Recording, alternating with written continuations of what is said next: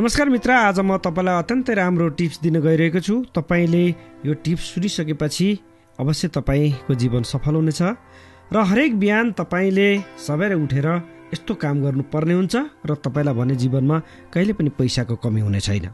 यस बारेमा आज म जानकारी दिन गइरहेको छु। तपाईले भने यस च्यानललाई सब्स्क्राइब गर्नुभएको छैन भने सब्स्क्राइब गरिहाल्नुहोस् र छेउमा रहेको बेल पनि दबाइहाल्नुहोस्। हरेक घरमा सुख समृद्धि बनाइराख्नको लागि हाम्रा पूर्वजहरूले पहिलेदेखि नै धेरै परम्पराहरू मान्दै आएका छन्। तर आजकल आधुनिक युगमा धेरै मानिसहरूले पुराना परम्पराहरूलाई मान्न छाडिसकेका छन्। ज्योतिष शास्त्रका अनुसार मानिसहरूले त्यस्ता पुराना परम्पराहरूको ध्यान आज पनि राखेमा त्यसबाट सकारात्मक फल पाइने बताइएको छ। बिहान सबेरै यस्ता परम्परागत काम गर्नाले घरमा लक्ष्मीको साथै अन्य देवी देवताहरूको कृपा मिल्नेछ भन्ने कुरा उल्लेख गरिएको छ। आदरणीय मित्र, तपाईले यी घरमा गर्नुपर्ने 4वटा कुराहरू यस प्रकार रहेका छन्। नम्बर 1, गाईलाई रोटी खुवाउनुहोस्।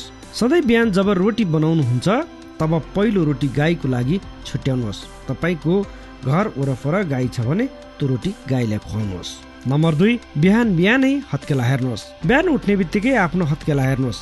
मान्यता यो छ कि यो काम गर्नाले महालक्ष्मी सरस्वतीको साथमा भगवान विष्णुको कृपा समेत मिल्छ।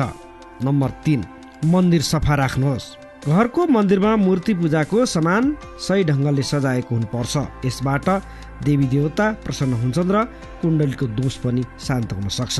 र नम्बर 4, बिहानै भूमिलाई प्रणाम गर्नुहोस्। बिहान पलङबाट खुट्टा भुइँमा राख्नुभन्दा पहिले भूमिलाई प्रणाम गर्न पर्छ। साथमा क्षमा पनि माग्नु पर्छ, किनभने धरतीमा खुट्टा राख्नाले हामीलाई दोष लाग्छ।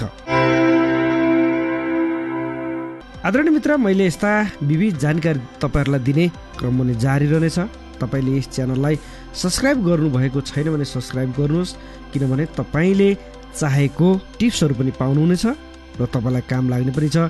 त्यसको लागि तपाईलाई काम नलागे तापनि साथीभाइहरूलाई काम लाग्न सक्छ।